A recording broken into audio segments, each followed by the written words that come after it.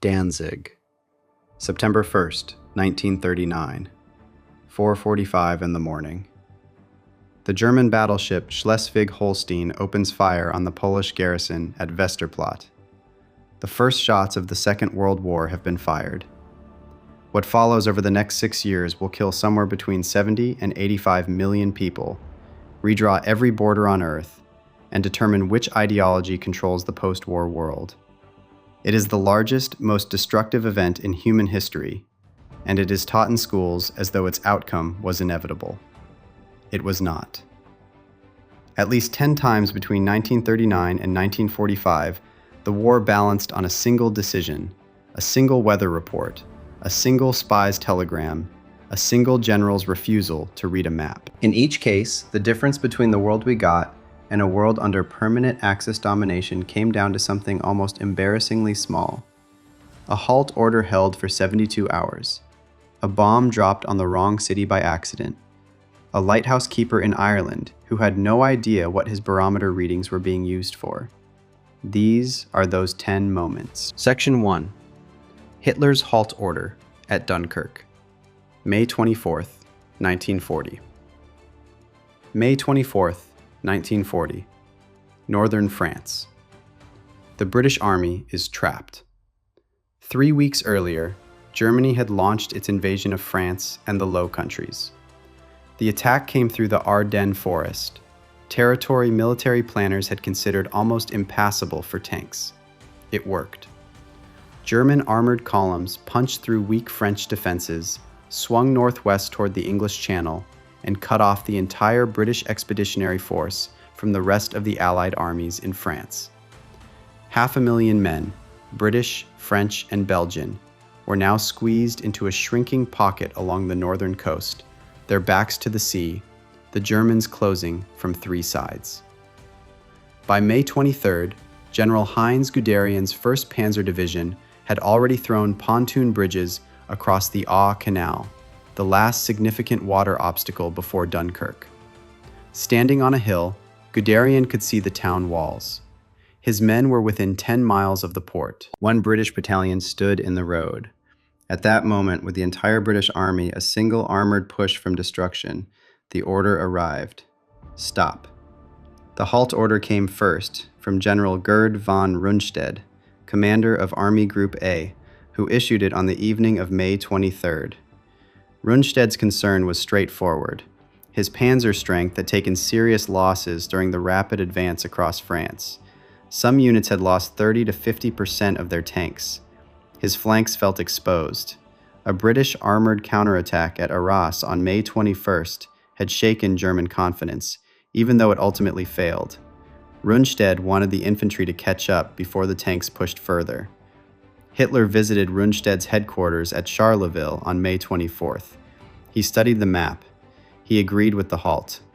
He extended it, confirmed it in writing, and had German High Command send the order to the front. The directive read, "By order of the Führer, the attack northwest of Arras is to be limited to the general line Lens-Bethune, Aire, Saint-Omer, Gravelines. The canal will not be crossed." Hermann Göring had also played his part. On May 23rd, the Luftwaffe chief had phoned Hitler personally and demanded that his air force be given the job of finishing off the Allied forces at Dunkirk. This was partly about prestige. Göring wanted the defining victory of the campaign to belong to the Luftwaffe, not the army. Hitler gave him room to operate. The panzers would hold. The planes would handle it. Guderian and other frontline commanders were furious. The outrage along the German lines was described as intense. Von Bock, commanding Army Group B to the east, was incensed. His infantry divisions were 50 miles from Dunkirk and would have to march through organized British resistance to get there. The armored divisions were right there, engines running, waiting for an order that would not come. The halt lasted 72 hours. On the afternoon of May 26th, Hitler ordered the panzers to resume their advance. But those 72 hours had changed everything. The British used the time. General Lord Gort, commanding the BEF, had already made the decision to pull back toward Dunkirk on May 23rd. The War Office in London formally ordered the evacuation on May 26th, the same day the halt was lifted. By then, the defensive perimeter around Dunkirk had been established and reinforced. When the German tanks finally began moving again, they faced a prepared defensive line rather than an open road. The evacuation, Operation Dynamo, ran from May 26th to June 4th. In 9 days, 338,226 British and French soldiers were lifted off the beaches by a combination of naval vessels and civilian craft. 198,000 were British. Around 1,000 British soldiers and 16,000 French soldiers died during the operation. The British left behind nearly all of their equipment, tanks, artillery, trucks, ammunition, but the men came home. The Luftwaffe, given its chance to finish the job, failed. Cloud cover limited flying conditions on several days. The RAF contested the airspace above Dunkirk. German bombing caused casualties among the troops on the beaches and sank ships, but it could not stop the evacuation. Historians have debated the halt order ever since. Some early accounts suggested Hitler deliberately allowed the British to escape, hoping to make peace easier. Serious historical analysis rejects this. The halt resulted from a combination of genuine military caution on Rundstedt's part, Hitler's own nervousness about the panzers being overextended, Göring's intervention, and a shared German underestimation of how quickly the British could organize a large-scale sea evacuation. As historians have noted, the British themselves did not believe more than a fraction of the BEF could be saved. Why would the Germans have assumed differently? What is not in dispute is the consequence. Guderian called it one of the decisions with the most disastrous influence on the whole future course of the war. Winston Churchill, who had become Prime Minister only on May 10th, presented the evacuation to the British public as a miracle and a sign of national resilience. He was careful to note it was not a victory. Wars are not won by evacuations. But the survival of the BEF gave Britain a trained army when it had almost lost one entirely. Without those 338,000 men, Britain's ability to continue the war was genuinely in question. Churchill's political position inside his own government was fragile. Members of the War Cabinet, including Foreign Secretary Lord Halifax, were already discussing whether a negotiated peace with Germany might be unavoidable. The return of the army did not end that argument immediately, but it changed the terms of it. The panzers sat idle for 72 hours. The British walked into the sea and came home. But Dunkirk was only the first moment the war's outcome hung on a single decision. A few months later, over the skies of England, Germany would again be on the edge of a victory it could not quite reach. And this time, the mistake would be even harder to explain. Section 2. The Luftwaffe switches from airfields to London. September 7, 1940. By the summer of 1940, Britain stood alone. France had fallen. The Low Countries were occupied. The Soviet Union was still bound to Germany by the Molotov-Ribbentrop Pact. The United States was neutral. If Germany could knock Britain out of the war, Hitler would control the entire European continent with no serious enemy left on his western flank. The plan for invasion, Operation Sea Lion, was already drafted. But an amphibious assault across the English Channel required one thing first: air superiority. The Luftwaffe had to destroy the Royal Air Force. That is what Hermann Göring set out to do from August 13, 1940, onward. The German strategy in this phase was methodical. The Luftwaffe targeted RAF Fighter Command's airfields in southern England, its radar stations along the coast, and the factories producing replacement aircraft. The Chain Home Radar Network, the world's first integrated early warning system capable of detecting incoming aircraft from up to 80 miles away, was a particular priority. If the Germans could blind Fighter Command and crater its airfields faster than the RAF could repair them, the battle was effectively won. For several weeks in late August, it was working. At the height of the Battle of Britain, RAF Fighter Command had only 749 serviceable fighters against a Luftwaffe force of approximately 2,550 aircraft. By mid-August, the shortage of trained pilots had become acute.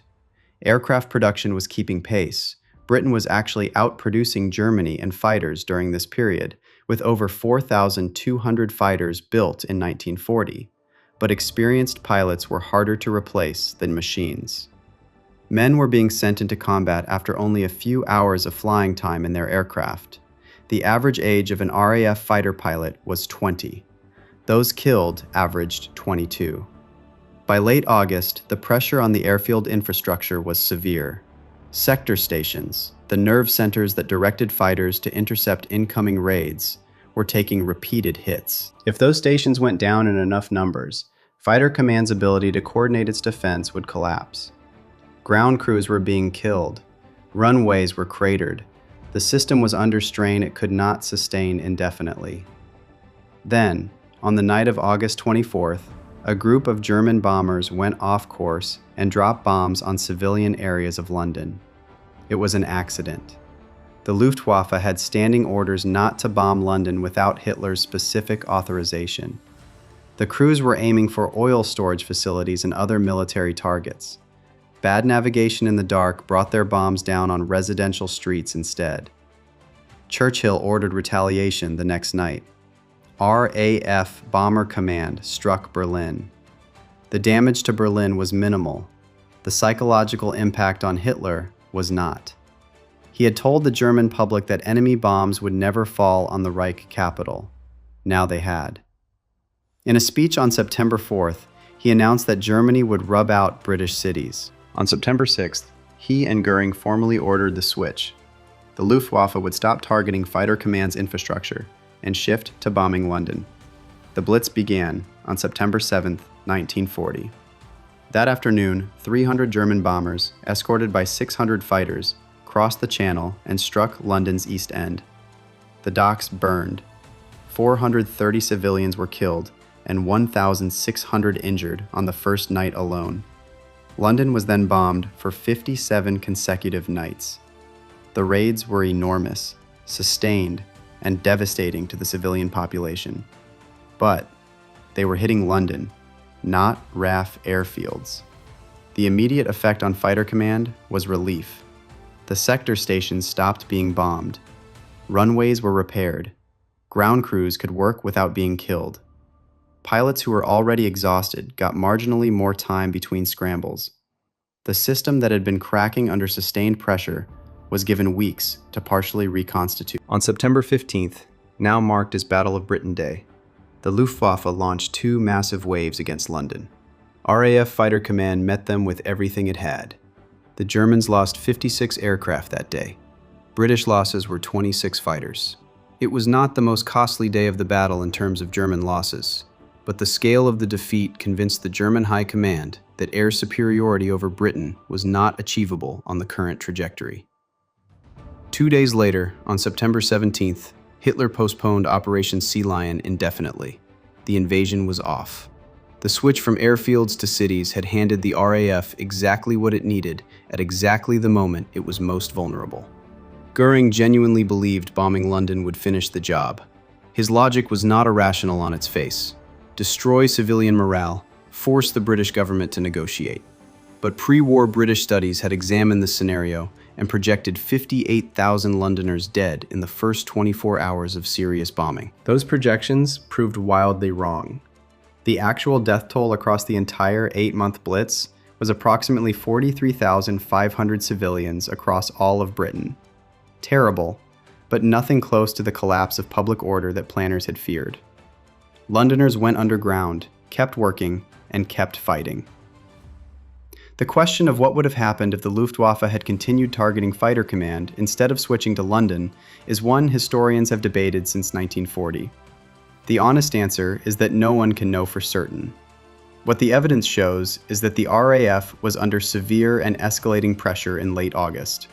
The sector station system was degrading. Pilot reserves were thin. The switch gave Fighter Command time it would not otherwise have had. An accidental bombing, a retaliatory raid on Berlin, a furious dictator making a decision based on wounded pride rather than military logic. These were the things that kept Britain in the war. Before we move on, if you're enjoying this analysis, please consider subscribing. It helps the channel tremendously. The survival of Britain as a base of operations mattered enormously for what came next. Without it, there was no platform for the American buildup that would eventually come. Without it, there was no second front in Western Europe. But Britain staying in the war was only part of what Germany needed to worry about. Because in the spring of 1941, Hitler was about to make a decision in the Balkans that would cost him something he could never get back: time. Section 3. Mussolini's Greek disaster. Delays Barbarossa. April to June 1941. On October 28, 1940, Mussolini invaded Greece. He did not tell Hitler first. This was not a minor diplomatic discourtesy. It was the beginning of a chain of events that would delay Germany's invasion of the Soviet Union by roughly 6 weeks. And those 6 weeks would place German soldiers at the gates of Moscow just as the Russian winter arrived. Mussolini had watched Hitler conquer Poland, Denmark, Norway, France, and the Low Countries in rapid succession. He wanted a parallel victory of his own, something to demonstrate that Italy was an equal partner in the Axis rather than a spectator. Greece seemed achievable. He committed 162,000 Italian troops to the invasion from Albania, which Italy already controlled. His generals told him Greece would fall within 2 weeks. It did not fall within 2 weeks. The Greek army fought back with unexpected. Within days, Greek divisions were pushing the Italian lines back into Albania. By mid-November, the Italians had lost the initiative entirely. Greek forces were advancing into Albanian territory that Italy had controlled for years.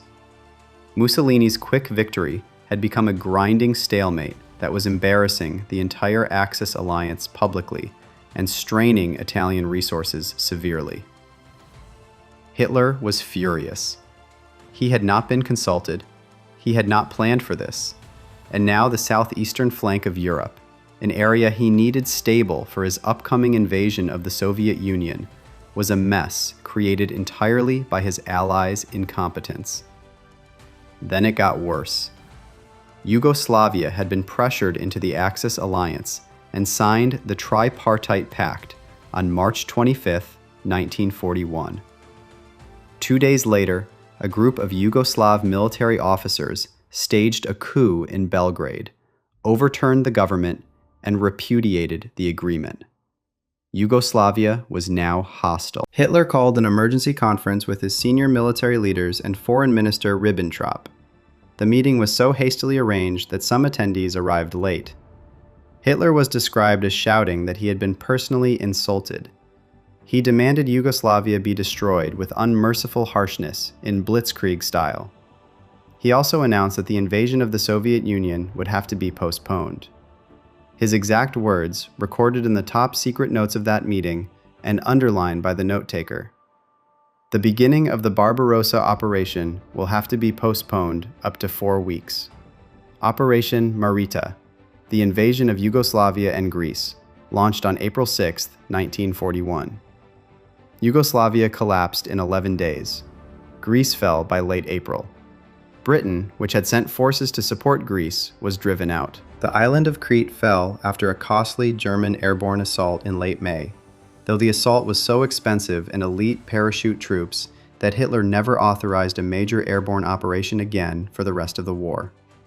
The original planned date for Operation Barbarossa, the invasion of the Soviet Union, was May 15, 1941. The actual date was June 22nd, 38 days later. The reasons for the delay were not only the Balkan campaign. Historians have noted that an unusually wet winter kept rivers in eastern Poland and western Russia at full flood until late spring, making large-scale armored movement difficult before mid-May regardless. Romania and Finland, who were to participate in the invasion, also needed additional preparation time.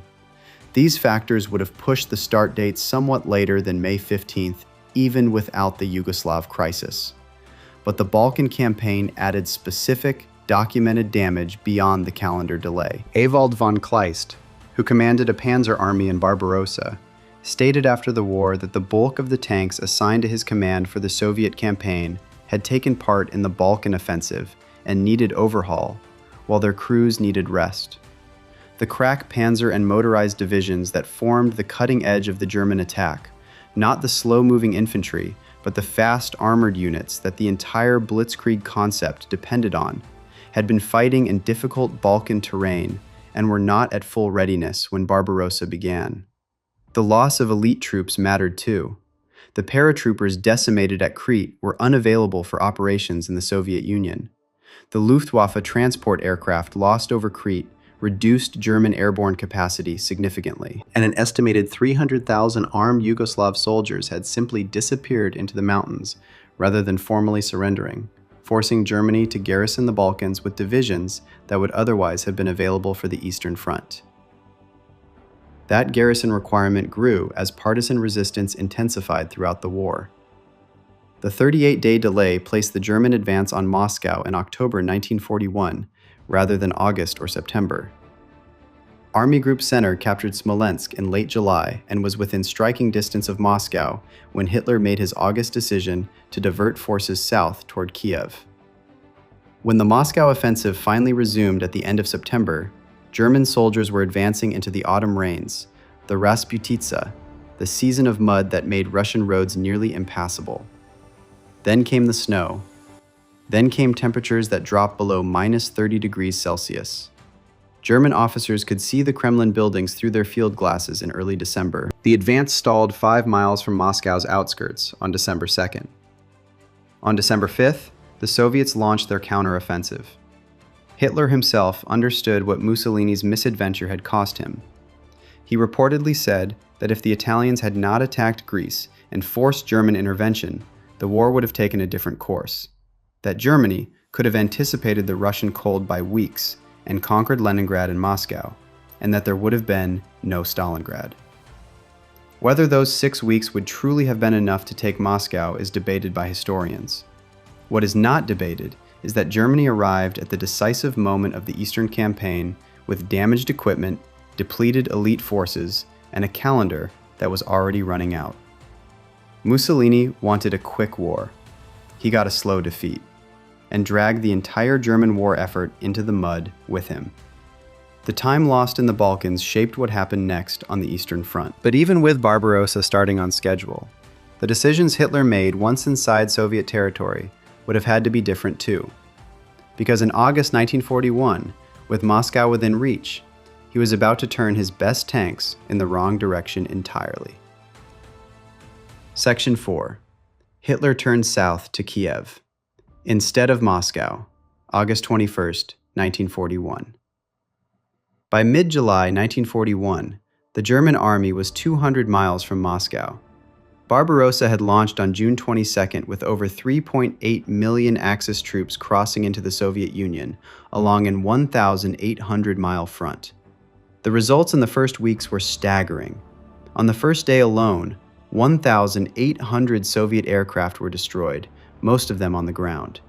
Army Group Center, the strongest of the 3 attacking groups, had captured Smolensk by late July.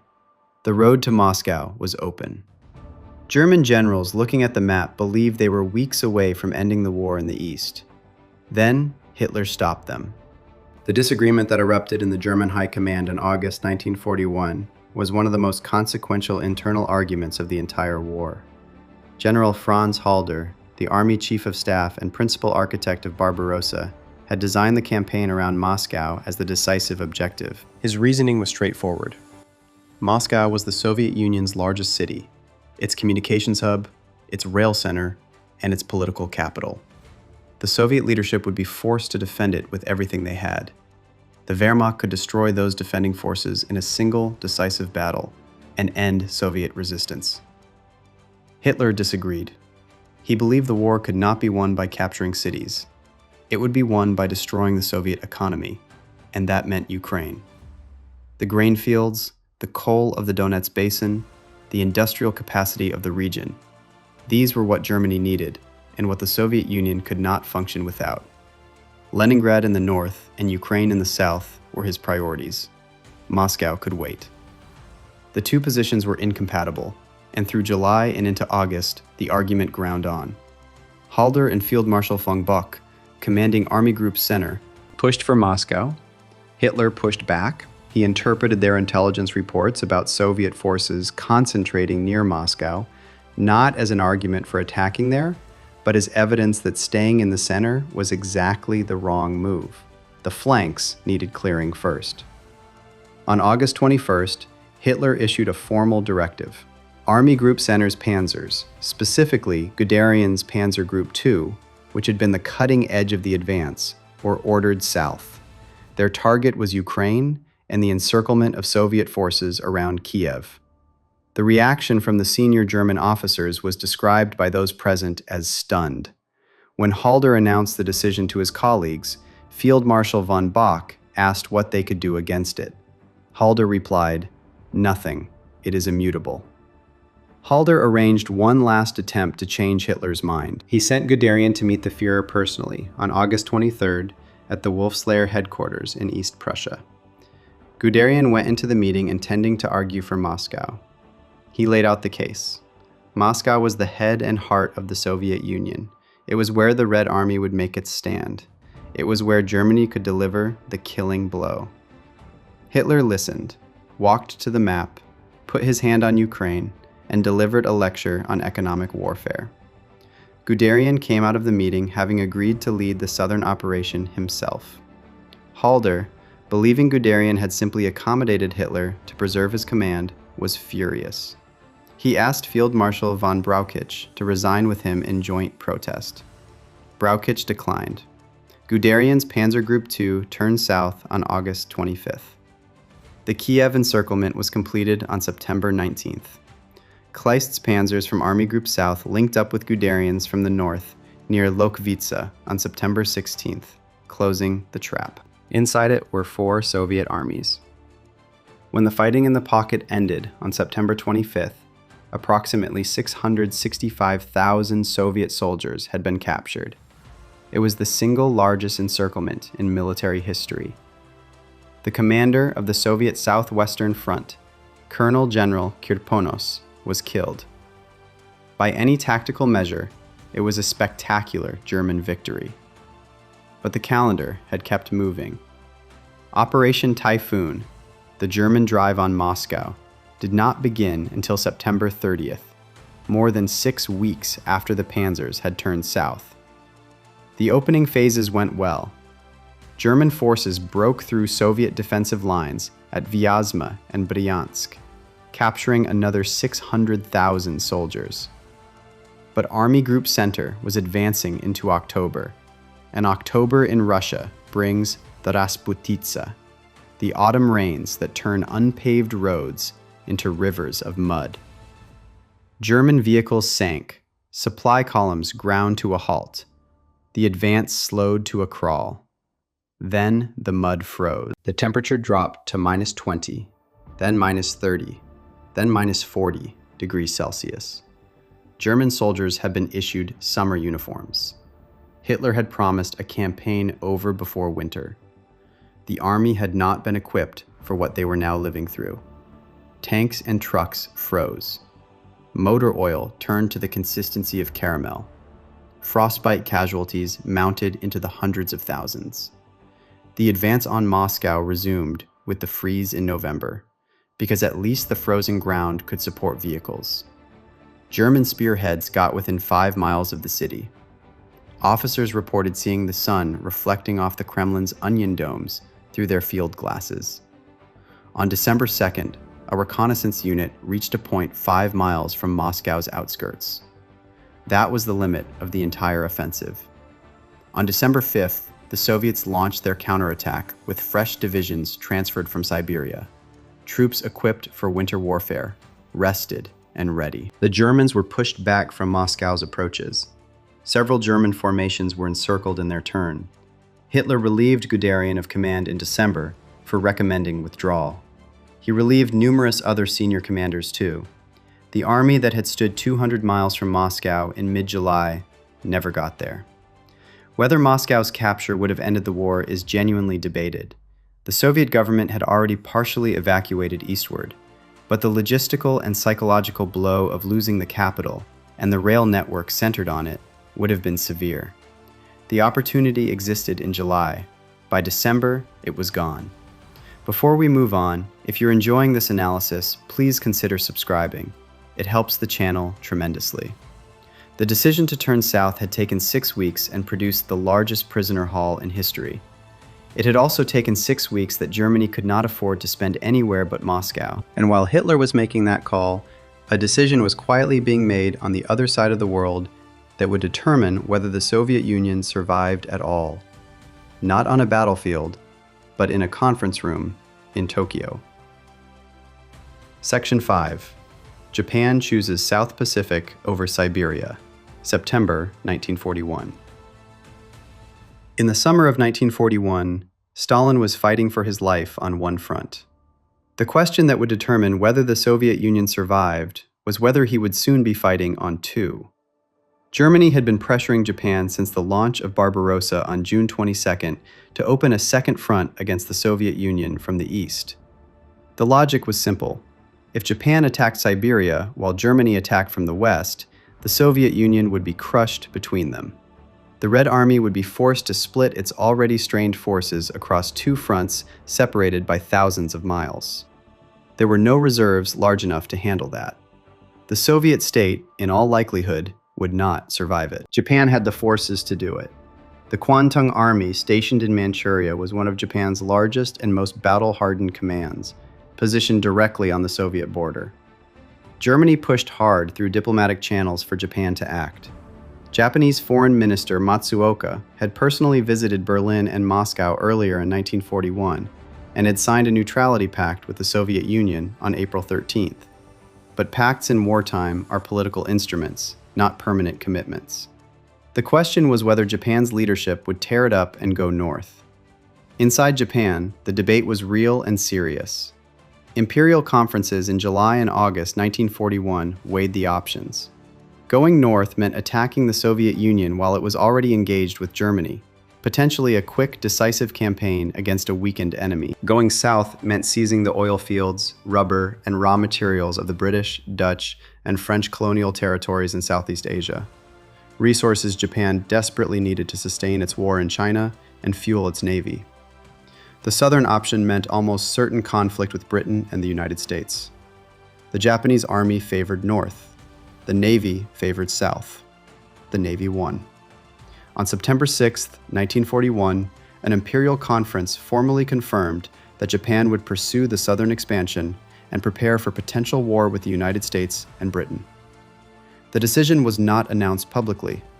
It was made at the highest levels of the Japanese government and military establishment, inside closed sessions that few people outside the room knew had even taken place. One of those few was Richard Sorge. Sorge was a German journalist based in Tokyo. He was also a Soviet military intelligence officer, one of the most effective spies in the history of the Second World War. Operating undercover since 1933, he had embedded himself at the center of Tokyo's German expatriate community and cultivated close relationships with Japanese government officials and military figures.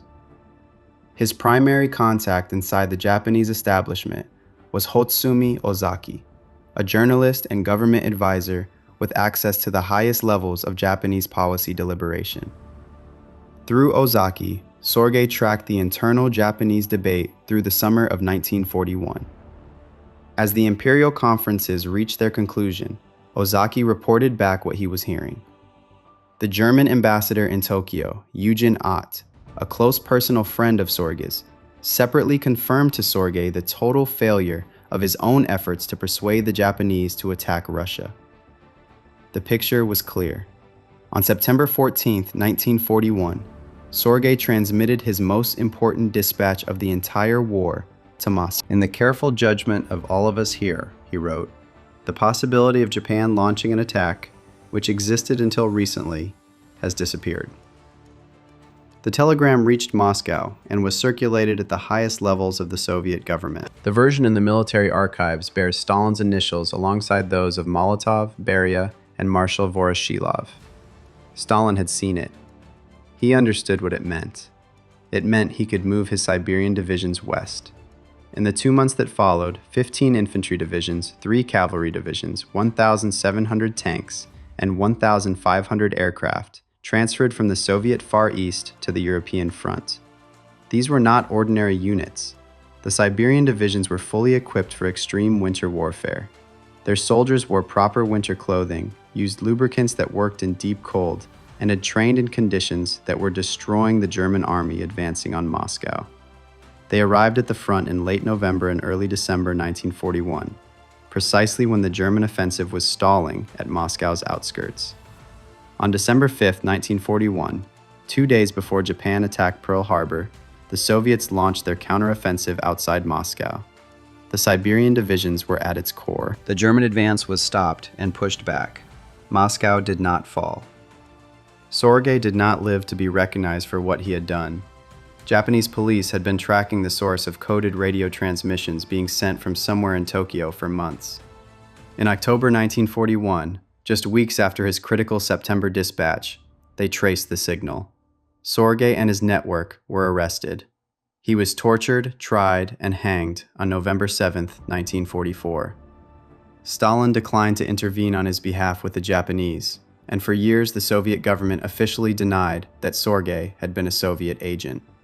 He was posthumously awarded the title Hero of the Soviet Union in 1964, 20 years after his execution. The stakes of what Japan decided in September 1941 were enormous. A Japanese attack on Siberia would have meant those 15 infantry divisions, those 1,700 tanks, those winter-equipped soldiers never reached Moscow. The German army, which got within 5 miles of the Kremlin, would have faced a defense stripped of its strongest available reserves. The city that the entire Soviet rail and communications network ran through might have fallen. Instead, Japan went south. The Siberian troops went west. Moscow held. One decision made in closed session by Japanese admirals and generals, a decision about oil fields and colonial territories thousands of miles from Russia, may have saved the Soviet Union from collapse in the winter of 1941. The Soviets survived that winter because of what Japan chose not to do. But survival is not victory. To actually win the war, the Allies needed to be able to read their enemies, literally. And in the Pacific, in the spring of 1942, a group of codebreakers working in a basement in Pearl Harbor were about to hand the United States the most important intelligence victory of the entire war. Section 6. The Code-Breaking Victory at Midway, June 4th to 7th, 1942. In the spring of 1942, Japan had not lost a single major engagement in the Pacific. Pearl Harbor had crippled the American battleship fleet. Wake Island had fallen. The Philippines had fallen. Singapore, Britain's supposedly impregnable fortress in Southeast Asia, had surrendered in February 1942 with 80,000 troops, the largest British capitulation in history. Japanese forces were advancing through Burma, threatening India. In the space of 5 months, Japan had seized a vast arc of territory across the Pacific and Southeast Asia that its planners had expected would take far longer to conquer. Admiral Isoroku Yamamoto, who had designed the Pearl Harbor attack, understood something his colleagues did not fully appreciate. This could not last. He had lived in the United States, studied at Harvard, traveled widely through the country. He knew its industrial capacity in a way most Japanese commanders did not. Before the war, he had warned that he could run wild for a year, but that he had no confidence for the second or third year. His goal was to force the United States to negotiate a peace settlement before American industry could convert fully to war production and flood the Pacific with ships, aircraft, and men Japan could not match. To do that, he needed to destroy what remained of the American carrier fleet. The carriers had been at sea during Pearl Harbor and survived. His plan was to seize Midway Atoll, a small but strategically significant island at the western edge of the Hawaiian archipelago, and use it as bait. The Americans would have to defend it. When their carriers came out to fight, the Imperial Japanese Navy would be waiting with overwhelming force and sink them. With the American carrier fleet gone, Japan could dictate terms. The plan was meticulous, carefully timed, and completely compromised before it began. In the basement of a Pearl Harbor administrative building, Commander Joseph Rochefort led the U.S. Navy's Combat Intelligence Unit, known as Station Hypo. Rochefort's team had been breaking portions of Japan's primary naval code, designated JN-25B, since early 1942.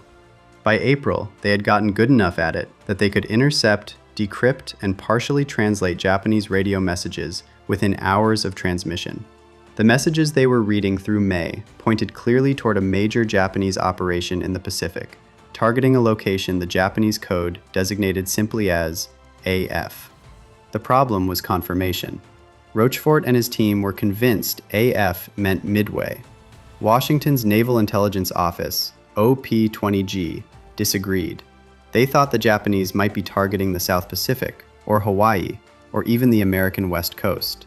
Without confirmation, Admiral Nimitz could not risk his 3 remaining carriers on Rochefort's analysis alone. Rochefort devised a ruse that was simple enough to fit on a single page. Midway Island was connected to Pearl Harbor by a secure undersea cable that Japanese signals could not intercept. Rochefort sent orders to Midway through the cable, instructing the base to broadcast an uncoded radio message, deliberately unencrypted so Japanese listening stations would pick it up, stating that the island's water desalination plant had broken down and Midway was running short of fresh water. Within 24 hours, Station Hypo intercepted a Japanese naval message reporting that AF was short of water.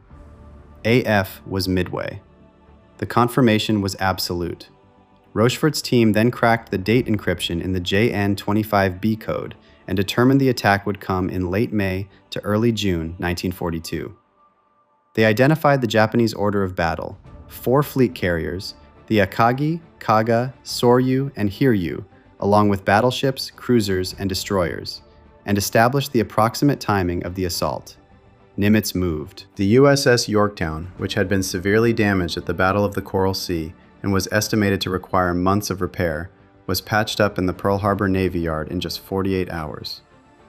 All 3 American carriers, Yorktown, Enterprise, and Hornet, were positioned at a point northeast of Midway that Nimitz designated Point Luck, where they could wait in ambush. The Japanese had no idea the Americans knew they were coming. On the morning of June 4th, Japanese aircraft from the 4 carriers attacked and bombed the Midway base. As the Japanese planes returned to their carriers to rearm and refuel for a second strike, Admiral Nagumo received word that American naval forces were in the area. The news created confusion aboard the Japanese carriers. Aircraft were being rearmed for a second land attack on Midway. Now Nagumo needed them armed for anti-ship warfare instead.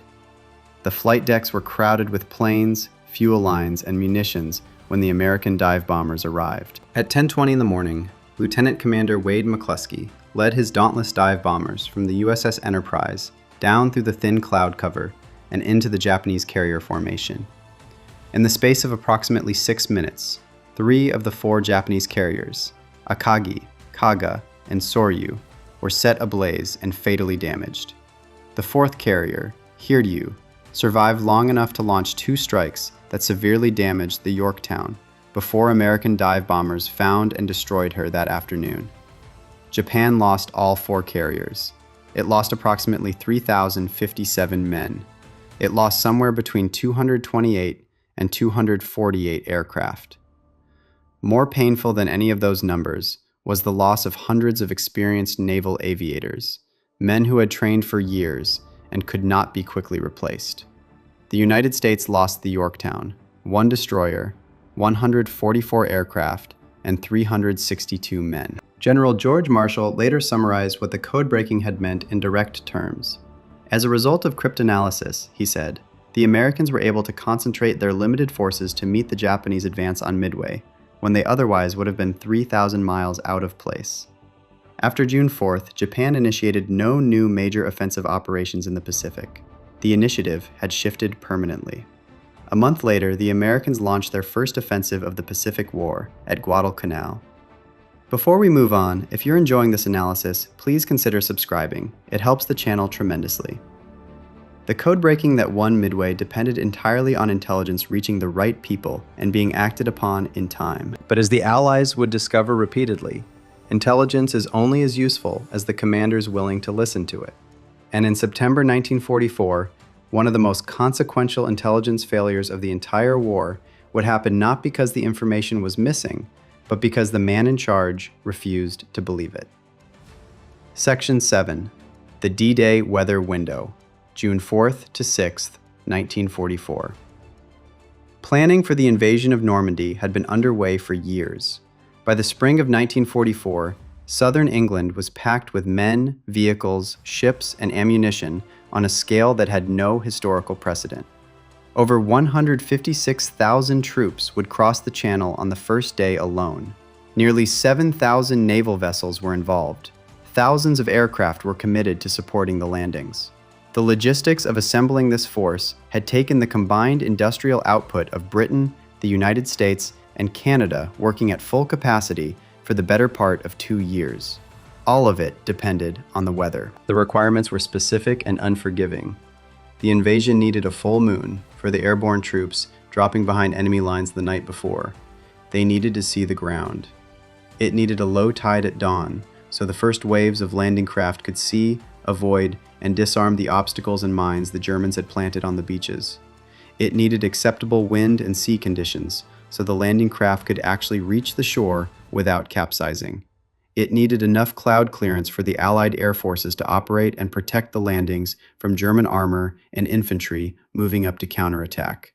In June 1944, all those conditions coincided on exactly 3 days, June 5th, 6th, and 7th. If the invasion missed those 3 days, the next suitable window was 2 weeks away.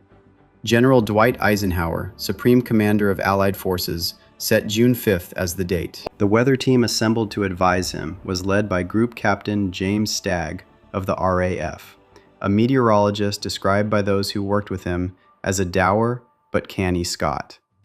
Stagg coordinated 3 separate teams of forecasters, British and American, who used different methods and frequently disagreed.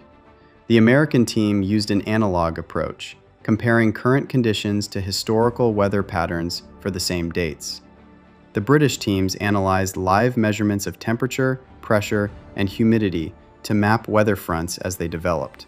On the morning of June 3rd, weather observations from Blacksod Lighthouse in County Mayo on the northwest coast of Ireland, transmitted under a secret 1939 agreement between the Irish government and the British Met Office, reported rapidly falling barometric pressure. A major storm system was approaching. The lighthouse keeper, Ted Sweeney, had no idea his readings were being used to plan the largest amphibious operation in history. By June 4th, the storm had arrived. Strong winds, heavy rain, low cloud cover, rough seas. The conditions over Normandy were exactly what the invasion could not tolerate. The American forecasters had predicted the weather would be acceptable. The British teams had predicted the storm. Stagg sided with the British assessment. At 4:15 in the morning on June 4th, in a room at Southwick House near Portsmouth, with the trees outside bending in the wind and rain lashing the windows, Stagg told Eisenhower the weather was too dangerous to proceed. Eisenhower postponed. The invasion was delayed 24 hours. Some of the convoys already at sea had to be recalled. One convoy, Convoy U2A, carrying part of the 4th Infantry Division toward Utah Beach, did not receive the recall signal and had to be located by a Walrus reconnaissance aircraft that searched all day before finding it 30 miles south of the Isle of Wight, already 36 miles into its journey toward France, before turning it back. That afternoon, as the storm battered the channel, Stagg's team received a report from a single weather ship stationed 600 miles west of Ireland. Its barometer was rising. Stagg studied the data. He concluded that a brief ridge of high pressure would build behind the storm, opening a narrow window of calmer weather on June 6th before the next system arrived. The window would not be perfect. Winds and seas would still be above ideal, but it would be usable. On the evening of June 4th, Stagg presented this forecast to Eisenhower and the assembled commanders. The weather outside was still terrible. Eisenhower reportedly sat silently for several minutes, then said, "Okay, let her rip." The invasion would go on June 6th. On the other side of the channel, German meteorologists had reached their own conclusion about the weather. The Luftwaffe's chief forecaster predicted that gale force winds and rough seas would persist until mid-June. German commanders were so confident no invasion was imminent that many had left their coastal positions. Field Marshal Erwin Rommel, in command of German defenses along the Atlantic Wall, had returned to Germany to present his wife with a pair of shoes for her birthday on June 6th. The German Weather Service had far fewer observation stations than the Allies. Crucially, they had none in the North Atlantic, the area where Stagg's critical data about the pressure ridge had come from. They could not see the brief window opening behind the storm because they had no way to observe it. The Allied landings on June 6th faced difficult conditions. Rough seas caused landing craft to capsize. Paratroopers dropped in the wrong locations because of cloud cover and navigation errors. The beach obstacles were harder to clear because the tide came in faster than anticipated. Casualties on Omaha Beach alone were catastrophic. But the Germans were caught completely off guard. Weeks later, Stagg sent Eisenhower a memorandum noting that had the invasion been delayed to the next suitable tidal window, the troops would have encountered the worst channel weather in 20 years. The storm of June 19th destroyed one of the two Mulberry artificial harbors the Allies had constructed off the Normandy coast, and temporarily halted the buildup of men and supplies. Had the invasion fleet been at sea or on the beaches during that storm, the consequences would have been catastrophic. Eisenhower wrote on the memorandum, "I thank the gods of war we went when we did." The weather window that made D-Day possible was identified from a single ship's barometer reading and a lighthouse keeper who never knew what his job actually was. That sliver of good weather opened just wide enough, just long enough, for the largest seaborne invasion in history to get its foothold in France. The Normandy landings worked because of intelligence, timing, and a narrow gap in the clouds. But while the Allies were fighting their way off the beaches and into France that summer, Hitler made a decision back in Berlin that handed his enemies something no military operation could have delivered. He personally dragged the world's largest economy into the war against him, and he did it entirely by choice. Section 8. Hitler declares war on the United States. December 11th, 1941. On December 7th, 1941, Japan attacked Pearl Harbor. Hitler found out the same way most of the world did, from news reports. Japan had given Germany no advance warning. The attack was planned and executed entirely without consulting Berlin. Hitler was at his Eastern Front headquarters, the Wolf's Lair in East Prussia, absorbing the reality that his Russian campaign had permanently stalled within sight of Moscow, that his army was freezing to death in temperatures below minus 30 degrees Celsius, and that the Soviet counteroffensive launched 2 days earlier was pushing his forces back from the city he had promised to capture before winter. Then came the news from Hawaii. 4 days later, on December 11th, 1941, Hitler stood before the Reichstag in Berlin and declared war on the United States. He was under no obligation to do so. This point is worth sitting with for a moment because it is frequently misunderstood. The Tripartite Pact, signed by Germany, Japan, and Italy in September 1940, committed each party to come to the other's defense if attacked by a third power. Japan had not been attacked. Japan had attacked. The Pact's Mutual Defense Clause did not apply. A formal treaty specifically obligating Germany to declare war alongside Japan if Japan initiated hostilities had been drafted and circulated in the weeks before Pearl Harbor, but it remained unsigned on December 7th. Germany had no legal or treaty commitment to enter the war against the United States. Roosevelt understood this. He had asked Congress on December 8th for a declaration of war against Japan only. He made no mention of Germany. The Senate approved it 82-0. The House voted 388-1. Roosevelt had been maneuvering for months to find a way to bring America fully into the European war, but domestic isolationist sentiment was powerful enough that he could not simply demand it. A Gallup poll taken on December 10th after Pearl Harbor, but before the German declaration, found that 90% of Americans answered yes when asked whether Roosevelt should ask Congress to declare war on Germany as well. But Roosevelt had not asked. He was waiting. Hitler asked for him. The decision was made after 2 days of consultation with Goering, Keitel, Raeder, and Ribbentrop. All of them advised declaring war, primarily because it would free the Kriegsmarine to begin unrestricted submarine warfare against American shipping in the Atlantic, what German submariners called the Second Happy Time. Hitler needed little persuading. In his Reichstag speech, he accused Roosevelt of engineering the war through a series of deliberate provocations, of being controlled by Jewish financial interests, and of using the New Deal's failures as a reason to start a foreign conflict. The Reichstag responded with thunderous applause.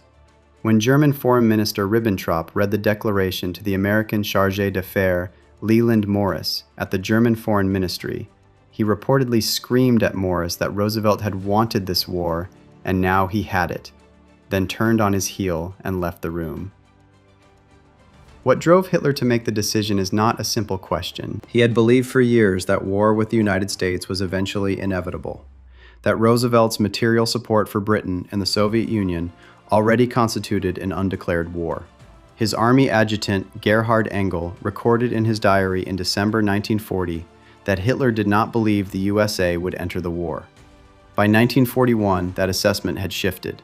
Hitler became convinced Roosevelt was going to declare war on Germany, regardless of what Germany did, and that it was better to choose the moment himself than to have it chosen for him. He also profoundly underestimated the United States.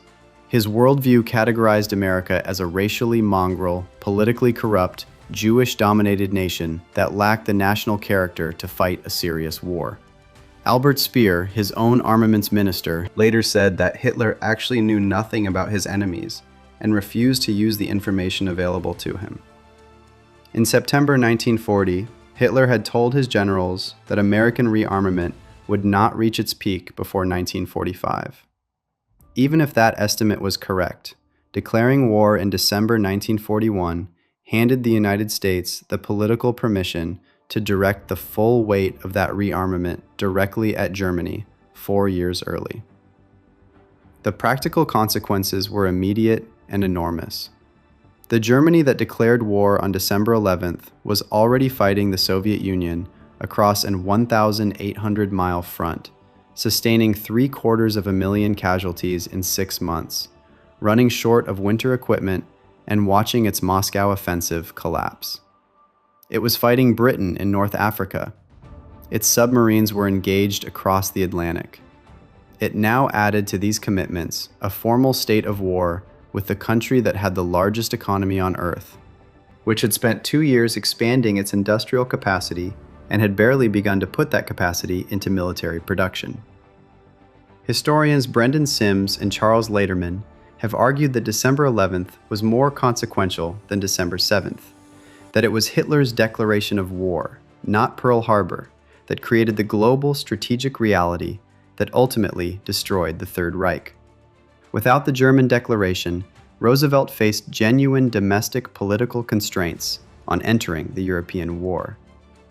The isolationist argument that America's war was in the Pacific against Japan, not in Europe against Germany, would have had real traction.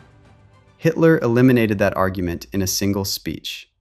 He also ensured that the Europe First strategy, the Allied decision to prioritize Germany's defeat before Japan's, became American policy. America's industrial output, its manpower, its strategic bombers, its armies, all of it now pointed at Germany. Churchill, upon hearing the news, later wrote that he went to bed that night and slept the sleep of the saved and thankful. He understood immediately what Hitler had done. The man who declared war on the United States did so while his army was freezing outside Moscow, while his air force had failed to knock Britain out of the war, and while the Soviet Union had just demonstrated it was not going to collapse on schedule. Adding the world's largest economy to the list of active enemies in that moment was not strategy. It was a gamble built on ignorance and ideology, and it cost Germany the war. But even with America now fully committed to Europe, the Allies still had to actually get there.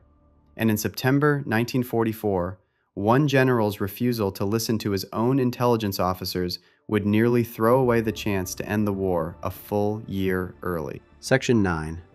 Operation Market Garden, September 17th to 25th, 1944. By September 1944, the Allied breakout from Normandy had exceeded almost every expectation. After the D-Day landings in June, the Germans had held the Allied advance in the hedgerow country of Normandy for weeks. Then in late July, the Americans broke through at Saint-Lô, and everything accelerated. German forces across France collapsed and retreated at a pace that stunned even optimistic Allied planners. Paris was liberated on August 25th. Brussels fell on September 3rd. Antwerp on September 4th. The Wehrmacht was falling back so fast that many Allied commanders genuinely believed the war could be over by Christmas. Field Marshal Bernard Montgomery believed he had the plan to finish it. Montgomery proposed a single narrow thrust rather than the broad front advance Eisenhower favored. A massive airborne operation would drop tens of thousands of troops behind German lines in the Netherlands to seize a series of bridges over the major river crossings between Belgium and Germany. Then a British armored column, 30th Corps, would drive 64 miles north up a single road through the captured bridges and cross the Rhine at Arnhem, the last and most critical bridge. Once across the Rhine, the Allies would be inside Germany, the Ruhr industrial heartland would be outflanked, and the war's end would be within reach. Montgomery argued this could happen before winter. Eisenhower approved it. The operation was planned and launched in 7 days. The plan required 3 American and British airborne divisions to seize and hold a sequence of bridges. The U.S. 101st Airborne would secure bridges around Eindhoven in the south. The U.S. 82nd Airborne would take the bridges at Nijmegen in the middle. The British 1st Airborne Division, reinforced by the Polish 1st Independent Parachute Brigade, would seize the Rhine Bridge at Arnhem in the north, the furthest objective, 64 miles behind the German front line. The problem that would destroy the operation was already known before the first parachute opened. Allied intelligence had been tracking the movement of German forces in the Netherlands.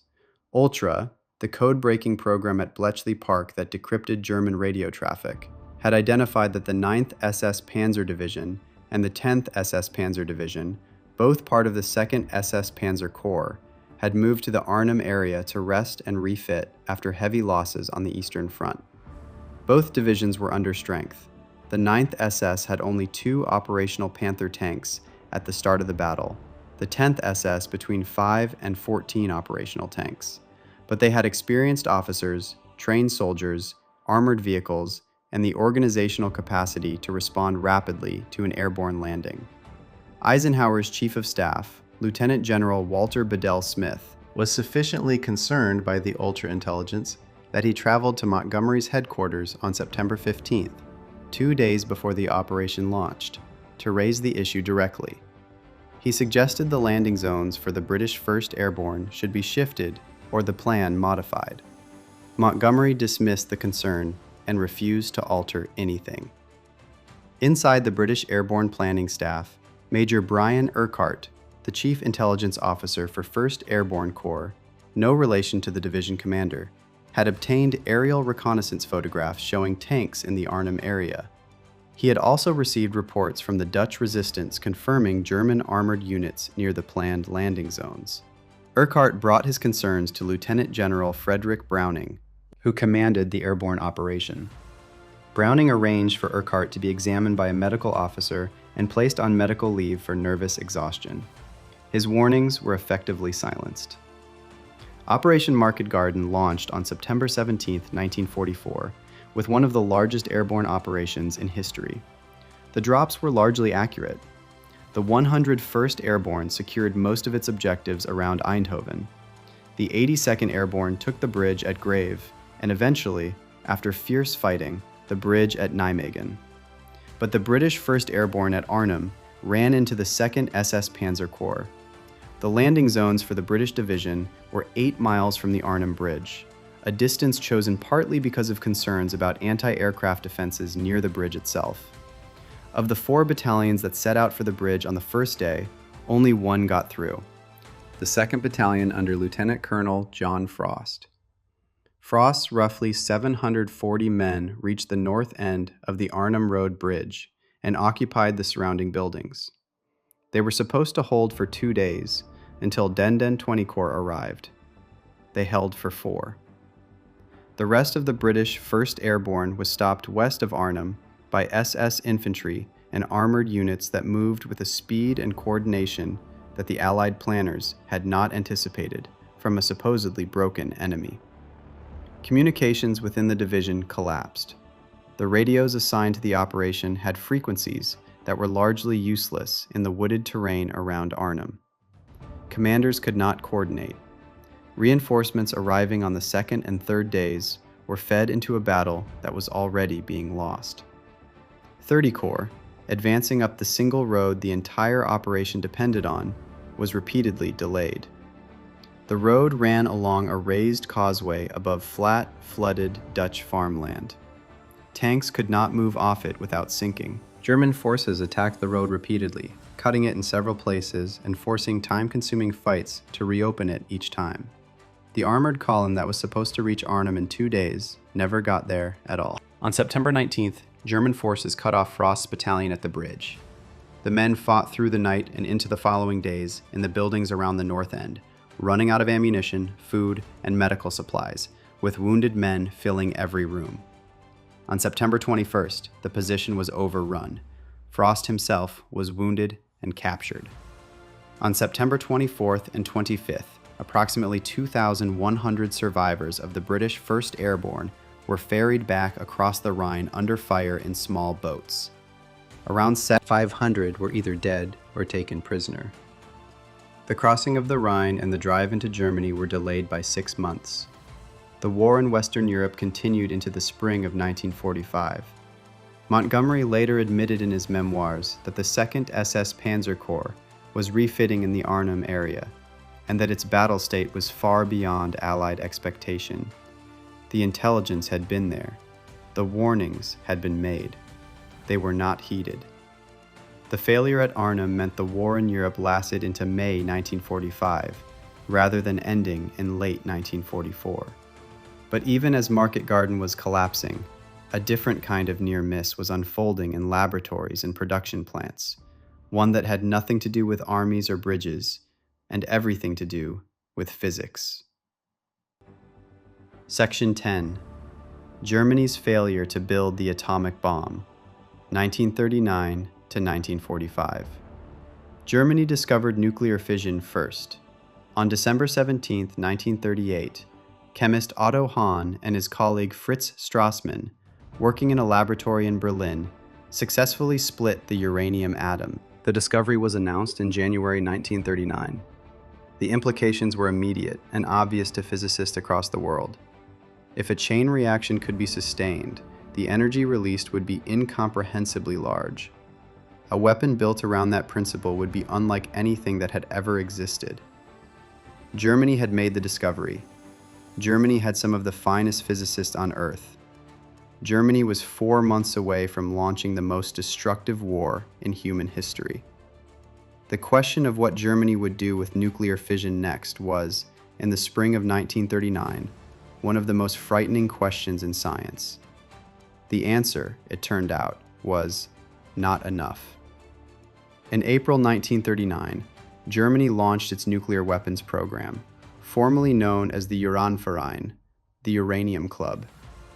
Werner Heisenberg, who had won the Nobel Prize in Physics in 1932 for his work in quantum mechanics, became its intellectual lead. The program recruited serious scientific talent and had the formal backing of the German military.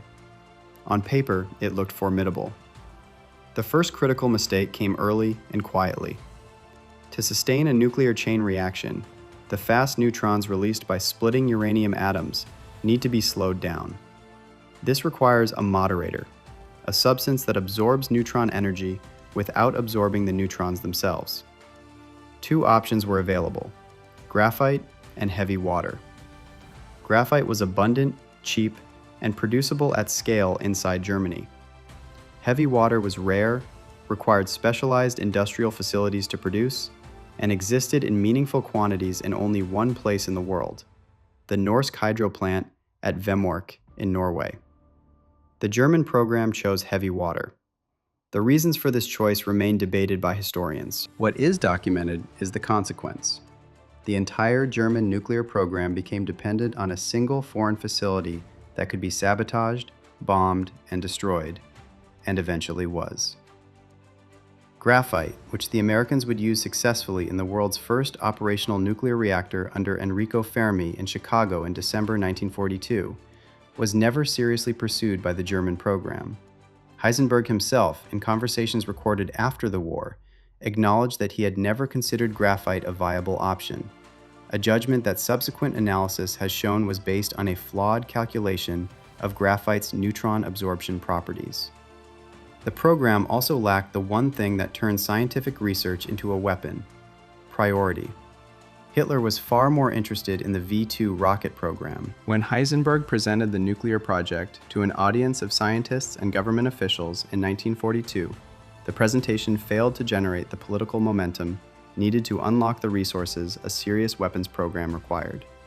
The German Army Ordnance Office demanded in December 1941 that something of immediate military use emerge from the nuclear research within 9 months. When the physicists explained that was impossible, authority over the program was transferred to a civilian research council, effectively demoting the project in the hierarchy of German wartime priorities. It never recovered that standing. The organizational structure made it worse. Where the American Manhattan Project brought together the country's top scientific minds into a single, coordinated effort with unified leadership, shared resources, and direct government support at the presidential level, the German program remained fragmented. Multiple research groups worked in different cities with limited coordination, competing for scarce materials and rarely combining their results in ways that accelerated progress. Werner Heisenberg later complained that the Auer factory had been given an order for only half a ton of uranium, when it could just as well have been for 20 tons. The shortage of material, not the shortage of knowledge, was what killed the experiments, and nothing was done to fix it. Then came the sabotage. On the night of February 27, 1943, 9 Norwegian commandos who had been trained in Britain infiltrated the Vemork heavy water plant at Rjukan in German-occupied Norway. Their mission, Operation Gunnerside, was to destroy the facility's heavy water production section. They got inside without firing a shot, placed their explosives, and escaped. The operation destroyed 500 kilograms of heavy water and wrecked the production equipment. The Germans attempted to ship their remaining heavy water stock to Germany in February 1944, loading the barrels onto a ferry called the SF Hydro to cross Lake Tinge. Norwegian saboteurs sank the ferry. The heavy water went to the bottom of the lake. By 1944, the Allied ALSOS mission, a foreign intelligence program specifically tasked with assessing Germany's nuclear progress, had gathered enough evidence to reach a clear conclusion. Germany had not come close to building an atomic bomb. The program had never achieved a self-sustaining chain reaction, the basic prerequisite for any weapons development. It was years behind where the Manhattan Project had been in 1942. The moment that confirmed this beyond any doubt came on August 6, 1945, when the scientists interned at Farm Hall in England heard a BBC broadcast reporting that an atomic bomb had been dropped on Hiroshima. Heisenberg's first reaction, recorded in transcripts that were declassified in 1992, was that he did not believe it. He told his colleagues it must have been something else, a conventional bomb perhaps, or propaganda. He then stated that it would have taken factories as large as the United States to make that much uranium-235. The Farm Hall transcript showed that Heisenberg had never correctly calculated the critical mass required for a nuclear weapon. He had believed it would take tons of enriched uranium. The actual figure was far smaller. General Leslie Groves, who directed the Manhattan Project, summarized the Allied position throughout the war. Unless and until they had positive knowledge to the contrary, they had to assume that Germany's best scientists were working on an atomic program with the full support of their government and full access to German industry. That assumption drove the Manhattan Project forward at enormous speed and cost. Germany had discovered fission first. It had Heisenberg. It had the institutional framework. What it lacked was graphite instead of heavy water, a unified command structure, genuine governmental priority, and 9 Norwegian commandos who chose the wrong night to stay home. The war ended in May 1945 in Europe and September 1945 in the Pacific. What this list of 10 moments shows, taken together, is that it did not have to end that way at all. And the distance between the history we know and the history that almost happened was, in almost every case, remarkably small. If you enjoyed this video, make sure to subscribe. Thanks for watching, and I'll see you in the next one.